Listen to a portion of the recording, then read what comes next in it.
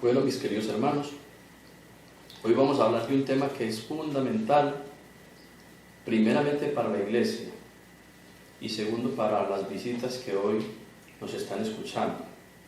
Vamos a hablar de los libros de la Biblia, porque pues, lamentablemente la mayor parte del pueblo del Señor no conocen todos los libros, y muchas veces cuando se da una enseñanza y hay un recorrido de diferentes libros, tanto del Antiguo Testamento como del Nuevo, muchas veces no saben buscar. ¿Pero por qué sucede esto? Porque no se han propuesto aprenderse los libros de la Biblia. Y es necesario, óiganlo bien mis hermanos, todo buen lector de la Biblia debe conocer los libros de la Biblia, debe saber cuántos son y por qué razón quedaron ahí amalgamados todos. Tenemos que entender que el Señor tiene un propósito a través de todos estos libros. Sabemos muy bien que el Antiguo Testamento está mostrando los bienes venideros, está mostrando las promesas, y en el Antiguo Testamento viene el cumplimiento de esas promesas que arrancan desde Génesis hasta Malaquías. Entonces es necesario que el pueblo del Señor conozca cuántos libros tiene la Biblia pues cristiana, porque la Biblia pues tradicional que conocemos, la Biblia católica, tiene 72 libros. Dentro de esos libros hay 6 libros que no reconoce el pueblo cristiano, que son historias. Bueno, y la Biblia que leemos los cristianos consta de 66 libros.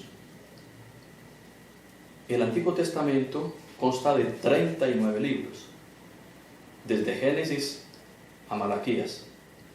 Y el Nuevo Testamento consta de 27 libros, desde Mateo hasta Apocalipsis.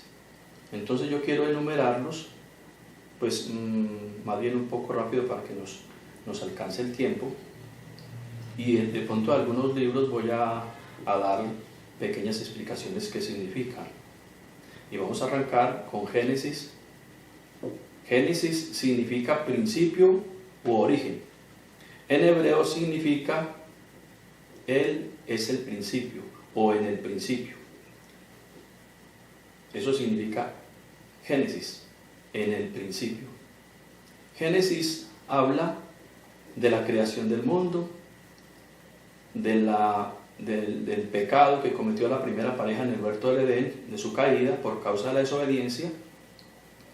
Posteriormente habla de Caín y Abel, del asesinato que cometió Caín contra su hermano Abel, y más adelante miramos el diluvio por causa de esa generación perversa.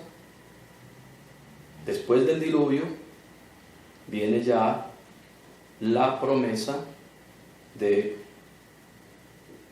la maravillosa fe que íbamos nosotros a obtener a través del llamado de Abraham. Entonces viene la promesa, a partir ya del capítulo 12, se habla ya de la promesa del Señor. Viene esa maravillosa promesa que si él le creía al Señor, todas las naciones serían benditas en él, y serían hombres y mujeres maravillosos, extraordinarios, que confiaran en el Señor y en su poder. Posteriormente viene el castigo de Sodoma y Gomorra en Génesis. Más adelante viene la descendencia de Abraham, de Isaac y de Jacob, cuando el Señor los lleva a Canaán, a la tierra prometida, y de ahí posteriormente los lleva a Egipto, donde son esclavizados durante 430 años. Posteriormente, el Señor saca al pueblo de Israel y lo lleva al desierto. Esa salida del pueblo de Israel de Egipto queda titulada en el libro de Éxodo. Éxodo significa salida o partida. Cuando el pueblo de Israel sale de Egipto, es el éxodo del pueblo del Señor o salida del pueblo del Señor. Posteriormente viene Levítico, que significa o es perteneciente a los levitas, o sea, de la tribu de Leví, que sirvieron en el tabernáculo como sacerdotes. Ahí el Señor también les da la oportunidad a los sacerdotes de servir en el tabernáculo y ellos ya empiezan a enseñar lo que son las leyes de comportamiento y leyes morales. Levítico. Números deriva su nombre de los dos censos, numeración de Israel. Es una continuación de la historia en el libro de Levítico, es una continuación, números. Posteriormente viene el libro de Deuteronomio, que precisamente proviene de la palabra griega que significa la segunda ley. Ese es el libro de Deuteronomio, leyes de Dios para su pueblo Israel, y significa la segunda ley.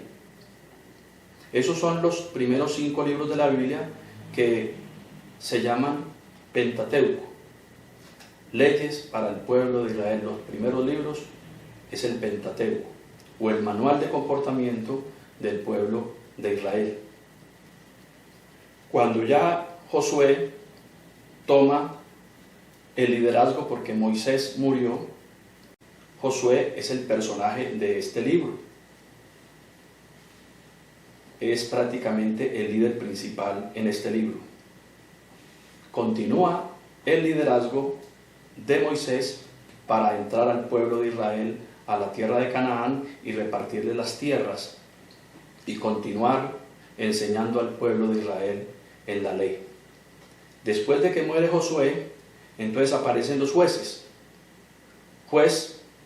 que son líderes que gobiernan al pueblo de Israel, los jueces. Después de los jueces viene Ruth, que es una historia muy bonita, es una historia real de liderazgo, para que la estudien. Después de Ruth viene Primera y Segunda de Samuel, que es la continuación de los jueces. En esos 2 libros de Samuel nos muestra el Señor los reinados de 2 reyes muy importantes en Israel. Gloria al Señor. Que cada uno gobernó 40 años. Gloria al Señor. Después de Primera y Segunda de Samuel sigue Primera y Segunda de Reyes, que hablan precisamente del reinado de los reyes de Israel y de Judá.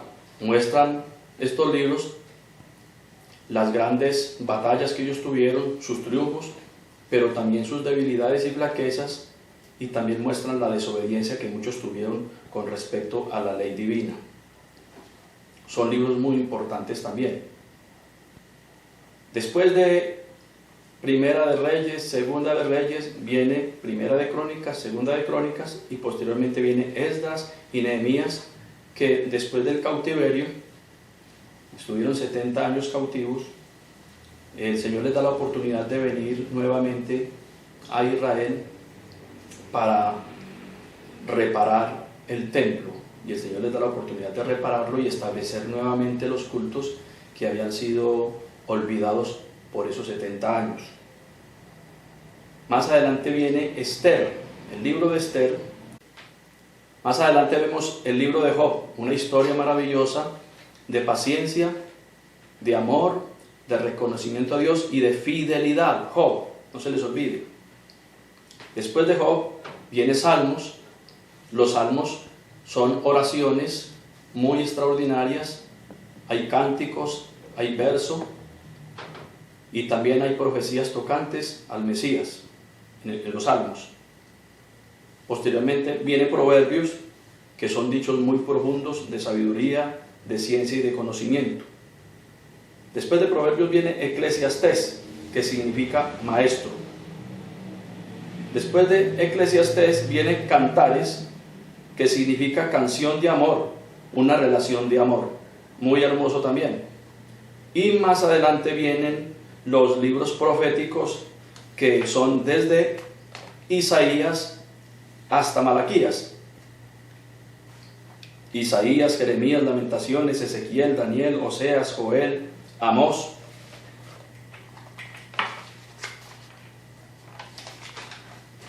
Y continuamos con esos libros: Abdías, Jonás, Miqueas, Nahum, Habacuc, Sofonías, Ageo, Zacarías y Malaquías. Estos libros son libros proféticos.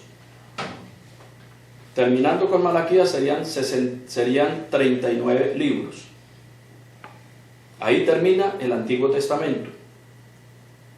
Después del Antiguo Testamento, entonces viene el Nuevo Pacto. Y en ese Nuevo Pacto aparece Cristo.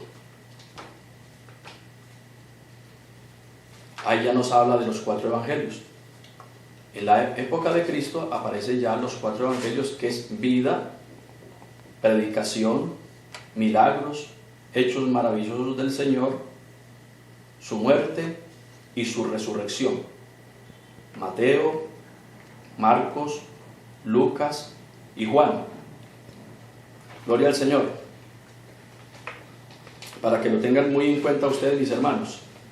Cuando Jesús muere, entonces esos 12 discípulos que Él escogió son enviados por todo el mundo para predicar el Evangelio de la gracia, el Evangelio de la salvación. Este maravilloso Evangelio que es gratuito, para que usted no lo olvide, mi querido amigo y mi querido hermano. Entonces, sigue ya con Hechos de los Apóstoles, que es precisamente lo que hacen los apóstoles también, obedeciendo a Cristo, el mensaje que les había dado de ir a predicar el Evangelio por todo el mundo. Ahí miramos en los Hechos de los Apóstoles todo lo que fue el accionar de sus apóstoles, sus grandes milagros y maravillas, señales extraordinarias que ellos hicieron, y cómo ellos cumplieron con el mandamiento del Señor de llevar su palabra mientras ellos vivieron. Fue tan importante lo que ellos hicieron que llegaron al punto de entregar sus vidas por este maravilloso mensaje, porque ellos estaban convencidos que lo que ellos venían predicando era la verdad del cielo. Y el Señor lo respaldó poderosamente con grandes milagros, señales y prodigios. Más adelante viene el llamamiento de Pablo ahí en Hechos de los Apóstoles, que fue el que vino a ocupar el puesto de Judas, que pereció precisamente por transgresión, que se suicidó, y entonces el único que tenía que nombrar ese apóstol era el mismo Señor Jesús, aunque los apóstoles antes nombraron a uno llamado Matías, pero si usted mira en la palabra no lo encuentra por ninguna parte después de ese nombramiento. El que toma el lugar de Judas es precisamente Pablo. Gloria al Rey soberano. Entonces ya Pablo, Dios lo utiliza para llevar el mensaje a diferentes lugares del mundo, y entonces ya vemos las cartas pastorales que se encuentran después de Hechos, y arrancan esas cartas pastorales con Romanos. Él fue enviado a Roma y allá predicó el Evangelio a los romanos. Luego viene Primera y Segunda de Corintios, él va a los corintios a predicarles igualmente el mensaje. Viene posteriormente Gálatas, Efesios, Filipenses, Colosenses, Primera y Segunda de Tesalonicenses, Primera y Segunda de Timoteo, la carta a Tito, a Filemón, a los hebreos, a Santiago, y ya viene otro apóstol más adelante. Ahí terminan las cartas del apóstol Pablo en Hebreos, y ya continúa el apóstol Santiago predicando también el Evangelio. Posteriormente viene la primera y la segunda de Pedro, que siguen predicando el Evangelio. Más adelante nos muestran primera de Juan, segunda de Juan y tercera de Juan, que también son apóstoles evangelistas. Gloria al Señor. Y después de primera y segunda de Juan viene el apóstol Judas, hermano del Señor. Y después de Judas viene Apocalipsis, que quiere decir revelación. Eso es pues, más o menos a grosso modo lo que son los libros de la Biblia, que son 66, 39 del Antiguo Testamento y 27 del Nuevo Testamento. Todos están ahí amalgamados y precisamente quedaron ahí porque el Señor, a través del Antiguo Testamento, nos muestra la creación del mundo, la caída del hombre en el Edén, y muestra las promesas del Señor, y nosotros hoy estamos recibiendo todas esas promesas que se anunciaron en el Antiguo Testamento hasta Malaquías. Por eso el Señor quiere que en esta noche todos los que han oído cuántos son los libros de la Biblia se preocupen por aprendérselos desde Génesis a Apocalipsis. Todos los días usted puede empezar a leer 5 libros hasta que se los aprenda. Cuando ya se los aprenda, arranca con otros 5 libros y después de que se los aprenda, continúa. Así fue que el Señor me enseñó a mí los libros de la Biblia.